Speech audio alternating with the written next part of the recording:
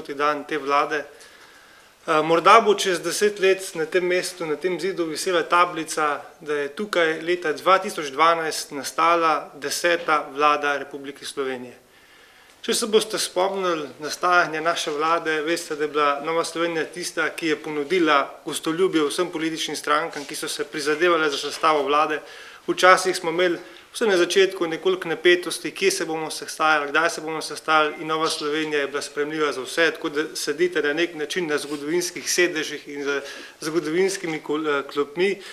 Tukaj je sedel predsednik vlade in vsi bodoči ministri in prav na tem mestu je bil sklenjen dogovor, kakšna bo ta vlada in kako bo ta vlada izgledala. In jaz sem prepričan, da prav s pomočjo Nove Slovenije je bila sestava te vlade veliko lažja. In tudi potem kasneje je Nova Slovenija v tej vladni koaliciji velikokrat odigrala vlogo mediatorja, zlasti ko je kakšna stvar zaškripala med največjima vladnima strankama. Mi smo si ves čas prizadevali in tudi še vedno si prizadevamo, da bi vendarle prelomili s prakso naši vaši. To pomeni, da če si v opoziciji, moraš biti vedno proti, če si v koaliciji, moraš biti pa vedno za. Mi smo to svoje dejanje izpričali na samem začetku, ko je kazalo, da bomo v opoziciji, in ko je bila konstitutivna seja Državnega zbora, smo takrat, spomnite se, podprli Boruta Pahorja za predsednika Državnega zbora. To je bilo za neko Novo Slovenijo takrat nepojmljivo dejanje, ampak smo rekli, bomo prelomili staro prakso in bomo poskušali pokazati, kako se da delovati tudi na nov način. In prav takšne geste in takšna dejanja pogrešamo od zdajšnje opozicije, ki je večkrat dejala, da bo konstruktivna opozicija, vendar te konstruktivnosti v parlamentu žal ne kaže. Pa lahko konkretno povem, če recimo se je še za zlato pravilo zdelo, da ga bomo z velikim soglasom opisali ustavo, se je potem zadeva začela komplicirati. In so opozicijske stranke zlato pravilo izkoristile za to, da so izkazovale svoje nezadovoljstvo do vlade, do varčevalnih ukrepov in podobno. Skratka, prepričan sem, da to ni tista konstruktivnost, o kateri so govorili, in da je tukaj še veliko manevrskega prostora, kjer lahko naše sodelovanje in pa delovanje tudi izboljšamo. V teh prvih 100 dneh se je ta vladna koalicija, poleg da smo se ekipirali, da smo postavili ekipe vladne koalicije, smo se večji del ukvarjali z urejanjem javnih financ, z uravnoteženjem javnih financ. Jaz mislim, da mi ni potrebno kazati posebnih grafov, ki te grafi so vendarle, jih vsi poznate, so zelo jasni, kako je v zadnjih letih 2009, 2010, 2011 naš javni primanjkljaj naraščal in grmel v brezno, in te stvari je bilo enostavno potrebno urediti. Čeprav tudi Pahorjeva vlada je obljubljala, da bo te stvari uredila, pa jih žal ni, in zaradi tega je bila na nas odgovornost še toliko večja. In prišel je pred parlament tako imenovani zakon o uravnoteženju javnih financ, spet je bil vik in krik na strani opozicije, da je to preobsežen, da je to nenavaden dokument, da kaj takega še svet ni videl, in da stvari ne morejo v miru preštudirati in podobno. Jaz bi dal samo dva primera. Poglejte si primer Avstrije. Avstrija je v enem mesecu sprocesirala 98 zakonov, jih spremenila in pripravila varčevalni ukrep za 28 milijard evrov. Primerjava, zelo jasna.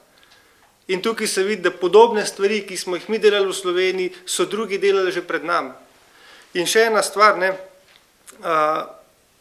ni res, da podobni zakoni niso bili sprejeti.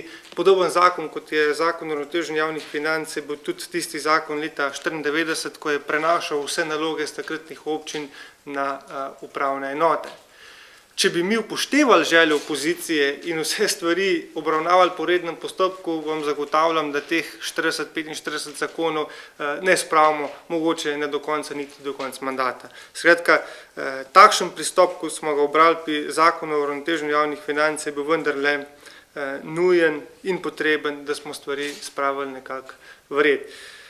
Zdaj, opozicija žal tudi zdaj zelo velikokrat ustvarja vtis, da obstaja lažja pot, pa smo vsi že velikokrat povedali, da te lažje poti ni.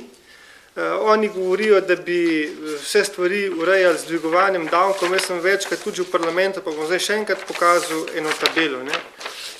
to gre za tako imenovano Lafarjevo krivuljo, kar pomeni, da dvigovanje davkov ne pomeni vedno tudi več prihodkov v proračunu, ker če pogledate, če mi dvigujemo davk, z 10 na 20, na nek način prihodki v proračunu rasejo, ampak ko pa pridemo do določene meje, se pa zgodi, da prihodki v proračun padajo, ker se ljudje vedno bolj izogibajo plačevanju davkov.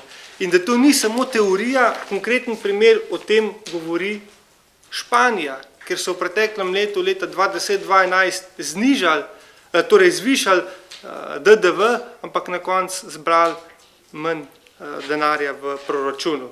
Skratka, počasi bi zaključil s tem, da se mi zdi izjemno nevarno, kar počne opozicija in celo predsednik republike se je tega poslužil, da ustvarjajo lažna upanja, da obstaja lažja pot, ker če to upanje obstaja, sem prepričan, da bojo ljudje to težjo pot zavrnili in če bi policijski sindikat morebiti izbral 40 000 podpisov, se lahko celo zgodi, da ta zakon o uravnoteženju javnih financ pade. Potem pa smo v totalni katastrofi, ker potem bojo pa potrebni še veliko hujši rezi, kot pa jih vlada predlaga danes.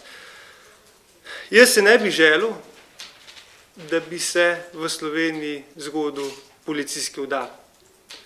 Policijski udar se bo zgodil, če te dva sindikata ne bosta pripravljena na dogovor in pogovor. Jaz še vedno njihovo potezo predvsem razumem kot taktično potezo, kot potezo izsiljevanja, da vendar ne dosežejo neke določene koristi, vendar upam, da ne bo prišlo do tistega najhujšega, to pa je do referenduma. Hvala.